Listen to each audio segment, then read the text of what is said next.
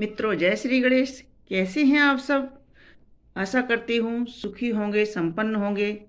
आज हम सुनेंगे चैत्र कृष्ण गणेश चतुर्थी यानी संकटनाशक गणेश चतुर्थी की व्रत की कथा, राजा मकरध्वज की कथा।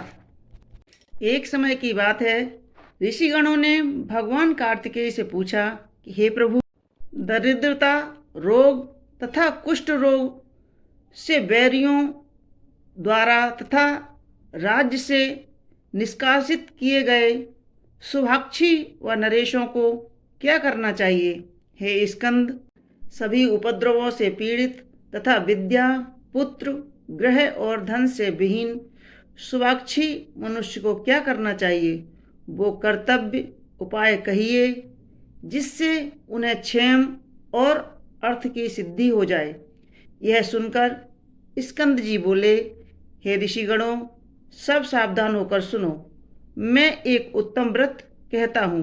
संकटनाशक गणेश उनका नाम है। वो इस लोक और परलोक दोनों में सुख को देने वाले हैं।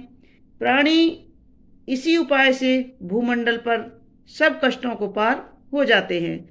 इस व्रत को देवकी पुत्र कृष्ण ने क्षेम और अर्थ सिद्धि के लिए धर्मराज को दिया था, जबकि वो वन में दुख पा रहे थे, जैसे कि गणेश जी ने अपनी माँ को सुनाया था, वैसे ही कृष्ण परमात्मा ने द्वापर में पांडवों को सुनाया था।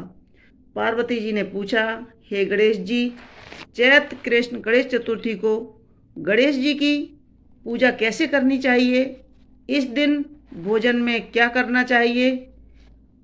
चैत्र मास के गणपति देवता का क्या नाम है?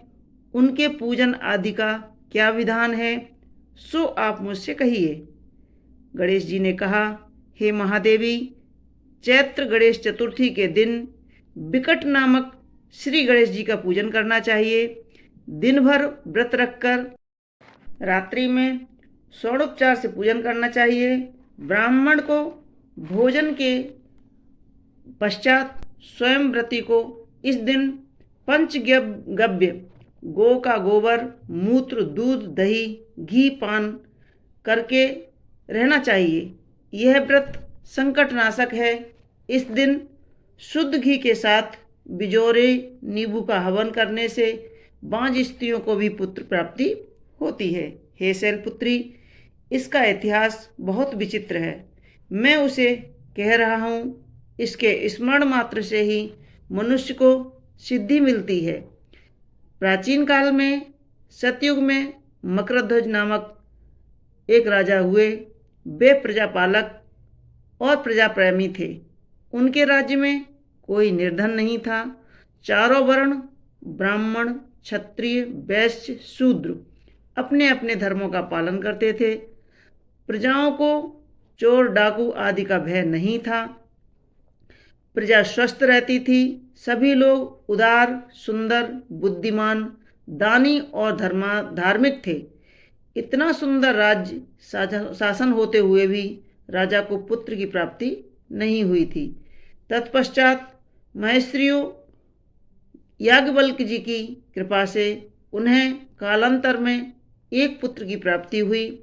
राजा राज्य का भार अपने मंत्री धर्मपाल को सौंपकर विविध प्रकार के खेल खिलौने से अपने राज्य कुमार को पालन पोषण करने लगे। राज्य शासन हाथ में आ जाने के कारण मंत्री धर्मपाल धन धान्य द्वारा समृद्ध हो गए। मंत्री महोदय को एक से एक बढ़कर 5 पुत्र हुए। मंत्री पुत्रों का धूमधाम के साथ विवाह हुआ और वे सब धन का उपयोग करने लगे। मंत्री के सबसे छोटे बड़े लड़के की बहू अत्यंत धर्मपरायणी थी।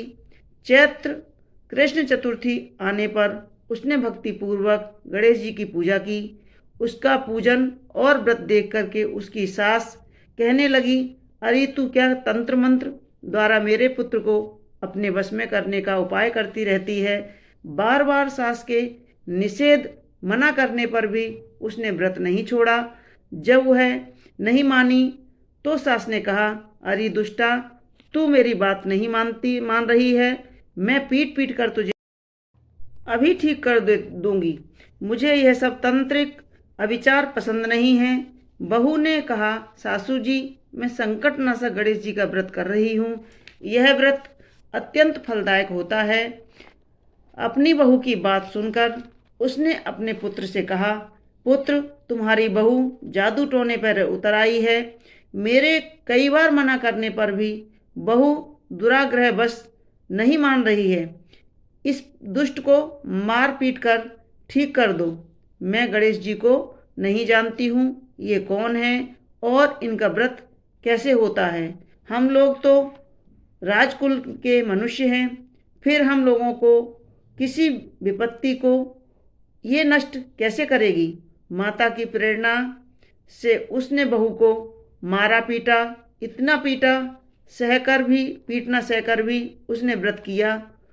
पूजनोपरांत वह गणेश जी का स्मरण करती हुई उनसे प्रार्थना करने लगी, हे गणेश जी, हे गणपति, आप हमारे सास ससुर को किसी प्रकार का कष्ट दीजिए। हे गणेश्वर, जिससे उनके मन में आपके प्रति भक्ति भाव जागृत हो जाए। विभु विश्वात्मा श्री गणेश जी ने सबको देखते ही देखते राजकुमार का अपहरण करके मंत्री धर्मपाल के महल में छिपा कर रख दिया। बाद में उसके वस्त्र आभूषण आदि उतार कर राजमहल में फेंक दिए और स्वयं अंतर्ध्यान हो गए। इधर राजा ने अपने पुत्र को पुकारा, परंतु कोई प्रत्युत्तर न मिला। फिर उन्होंने मंत्री को महल में जाकर पूछा, मेरा राजकुमार कहाँ चला गया। महल में उसके सभी वस्त्र आभूषण तो हैं, लेकिन राजकुमार कहाँ चला गया। किसने ऐसा निंदनीय कार्य किया है। हाय, मेरा राजकुमार कहाँ गया। राजा की बात सुनकर मंत्री ने उत्तर दिया, हे महाराज, आपका चंचल पुत्र कहाँ गया, इसका मुझे कोई पता नहीं है। मैं अभी गांव, नगर, बाग बगीचे आदि सभी स्थानों में खोज कराता हूँ। इसके बाद राजा अपने सभी नौकरों, सेवकों आदि से कहने लगे कि हे अंगरक्षकों, मंत्रियों, मेरे पुत्र का यथाशीघ्र ही पता लगाओ। राजा का आदेश पाकर दूत लोग भी स्थानों में खोज करने लग गए। जब कहीं भी पता नहीं लगा तो दूतों ने आकर राजा से डरते डरते निवेदन किया कि महाराज, अपहरणकर्ता का कहीं सुराग नहीं मिला। राजकुमार को आते जाते किसी ने कहीं नहीं देखा। दूतों की बातों को सुनकर राजा ने मंत्री को बुलवाया। मंत्री से राजा ने पूछा, मेरा राजकुमार कहाँ है। धर्मपाल, मुझसे साफ साफ बता दो कि राजकुमार कहाँ है। उसके वस्त्र आभूषण तो दिखाई पड़ते हैं, केवल वही नहीं है। अरे नीच, मैं तेरा वध कर डालूंगा, तेरे कुल को नष्ट कर दूंगा, इसमें जरा भी संदेह नहीं है। राजा द्वारा डांट पड़ने पर मंत्री चकित हो गया। मंत्री ने सर झुकाकर कहा कि हे भूपाल, मैं पता लगाता हूँ, इस नगर में बालक अपहरणकर्ताओं का कोई गिरोह तो नहीं है और ना ही डाकू आदि रहते हैं। फिर भी हे प्रभु, पता नहीं किसने ऐसा नीच कर्म किया है। न जाने राजकुमार कहाँ चला गया। धर्मपाल ने आकर महल में अपनी पत्नी और पुत्रों से पूछा। अपनी सभी बहुओं को बुलाकर भी उनसे पूछा, यह कर्म किसने किया है। यदि राजकुमार का पता नहीं लगा तो राजा मुझ अभागे के वंश का विनाश कर देंगे। ससुर की बात सुनकर छोटी बहू ने कहा, हे दादाजी, आप इतने चिंतित क्यों हो रहे हैं। आप पर गणेश जी का कोप हुआ है, इसलिए आप गणेश जी की आराधना कीजिए। राजा से लेकर नगर के समस्त स्त्री पुरुष, बालक वृद्ध संकटनाशक गणेश चतुर्थी का व्रत विधि पूर्वक करें तो गणेश जी की कृपा से राजकुमार मिल जाएंगे। मेरा वचन कभी मिथ्या नहीं होगा। छोटी बहू की बात सुनकर ससुर ने हाथ जोड़कर कहा, हे बहू, तुम धन्य हो, तुम मेरा और मेरे कुल का उद्धार कर दोगी। गणेश जी की पूजा कैसे की जाती है।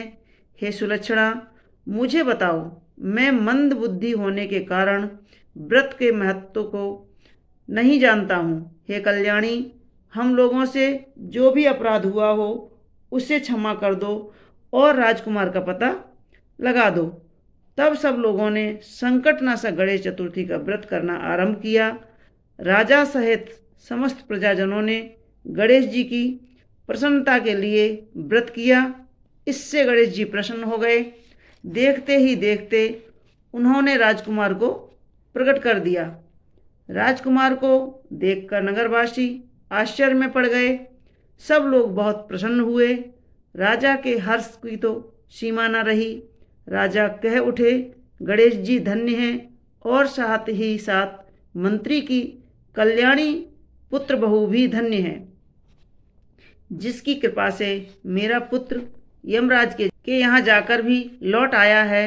अतः सब लोग इस संतानदायक व्रत को निरंतर विधि पूर्वक करते रहें। श्री कृष्ण ने राजा युधिष्ठिर से कहा, हे राजन युधिष्ठिर, त्रिलोक में इससे बड़ा कोई दूसरा व्रत नहीं है। हे कुलदीपक, आप भी अपने कलेशों के शमनार्थ इस व्रत को अवश्य कीजिए। श्री कृष्ण जी के मुख से इस कथा के विस्तार पूर्वक सुनकर युधिष्ठिर ने बड़े ही भक्ति भाव से चैत्र कृष्ण चतुर्थी का व्रत किया और गणपति की कृपा से अपने खोए हुए राज्य को पुनः प्राप्त कर लिया। बोले श्री गजानन महाराज की जय। मित्रों, यह थी चैत्र कृष्ण चतुर्थी की व्रत की कथा। आपको हमारी कथाएं कैसी लगती हैं हमें कमेंट्स बॉक्स में ज़रूर लिखें और हमारे वीडियो को लाइक करें, शेयर करें और हमारे चैनल को सब्सक्राइब अवश्य कर लें। धन्यवाद।